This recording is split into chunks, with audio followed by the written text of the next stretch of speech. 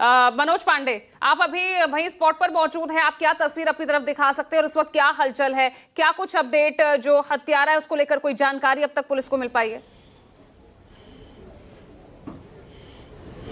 जी बिल्कुल पूजा जी, पहले हम आपको तस्वीर दिखाते हैं। देखिए अभी बीएसएफ के डीजी पहुंचे थे और बकायदा देखिए जहां पे घटना को अंजाम किया गया है उस जगह की मुआयना कर रहे हैं। बकायदा देखिए कि जिस पिस्टल से गोली चली थी उस गोली का खोल भी यहां पे पड़ा हुआ है। यानी देखिए जो हत्यारे थे उनके हौसले कितने बुलंद थे। पहले से देखिए गाड़ी की निकी की गई, यानी जो गाड़ी थी उनकी जो छोटी गाड़ी थी करीबन यहां से बता रहे हैं कि 4 बजे पहले से ही उस गाड़ी को यहां पे घूमते हुए दिखा गया। पुलिस पूरे इलाके के सीसीटीवी कैमरे को भी दिखा रही है, यानी खंगाल रही है, खोज भी रही है। पूजा जी, जिस तरह का पता चल रहा है कि ये जो नंबर था सिलीगुड़ी का था और पुलिस ने कहा कि ये नंबर फर्जी है, यानी नंबर प्लेट तो लगा। जो हत्यारे थे बकायदा जो गाड़ी का जो यहाँ पे एक तरह से बोनट पे होता है, इंजन पे होता है, सारे नंबरों को स्क्रैच कर दिए थे। देखिए गाड़ी जब यहीं पे स्कॉर्पियो गाड़ी जब पहुंची थी तो पीछे से छोटी गाड़ी उनको आके चंद्रनाथ गाड़ी के सामने उसको बैरिकेड करती है, रुकती है और पीछे से 2 बाइक सवार आते हैं और बकायदा ताबड़तोड़ गोलियां चलाते हैं। देखिए इस जगह पे किस तरह से जो ग्लास शीशा टूटा है, बकायदा इसी जगह पे फायरिंग होती है।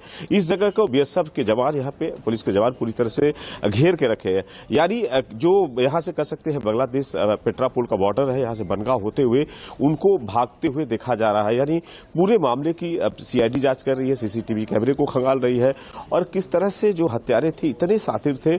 इस तरह का उनका कहा रहा है कि जो सीसीटीवी कैमरा है एक यहाँ पे सहारा ब्रिज है जो बेलघरिया से आता है, करीबन 4 बजे उस गाड़ी को देखा गया है। उसमें वहां पे उसकी जो फुटेज है पुलिस उस आधार पे तलाश रही है। तो कह सकते हैं कि पूरे इलाके के यहाँ पे पहले से निकी की गई और एक तरह से आपको बता दें कि ये हत्यारे का साजिश जिस तरह से है, एक मैसेज देने की कोशिश किया गया है क्योंकि शुभेंदु अधिकारी के पीए को गोली मारना और किस तरह से देखिए 9 तारीख को यहाँ ब्रिगेड में जो परेड में ऐतिहासिक यहाँ पे सभा होना है, शपथ ग्रहण समारोह का कार्यक्रम है, कल गृह मंत्री अमित शाह पहुंच रहे हैं।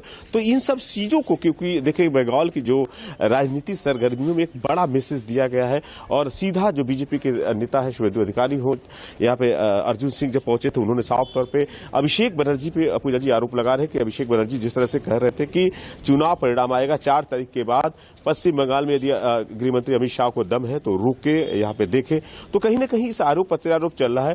पूरे मामले की पुलिस कर रही है क्योंकि देखिए बीएसएफ के जो डीजी है लगातार घटनास्थल पर पहुंचे हैं और जो गोली जिस बंदूक से चली थी उसका जो पिस्टल का खोल पड़ा था उसे भी यहाँ पे फॉरेंसिक डिपार्टमेंट के जो लोग हैं उसे लेके जा रहे हैं। पूरे मामले की जांच किया जा रहा है। हालांकि कह सकते हैं कि इस घटना को लेकर चुनाव आयोग भी पूरी तरह से जिस तरह से यहाँ पे आदेश दिया था, किस तरह से देखिए यहाँ पे लगातार टीएमसी की पार्टी ऑफिस को तोड़ा जा रहा था, निशाना बनाया जा रहा था। ये कोई पहला मामला नहीं है, इसके पहले हमने 2011 में भी ऐसी देखा था जब सीपीएम का सरकार। सवाल तो यही है ना मनोज कि आखिर जो ये राजनीतिक हिंसाओं का जो ये सिलसिला है आखिर ये थमेगा कैसे? सिर्फ आरोप प्रत्यारोप ही यहाँ होंगे या अब कड़े एक्शन यहाँ पर होगा? जिस तरह से चंद्रनाथ की हत्या ने एक बार फिर राजनीतिक जो हत्याएं, जो पॉलिटिकल किलिंग्स हो रही हैं उसको लेकर एक बार फिर सवाल खड़े कर दिया। बहुत बहुत शुक्रिया आप सभी का हमारे साथ चर्चा में जुड़ने के लिए। आज इतना ही और एक नजर डाल लेते हैं हेडलाइंस पर।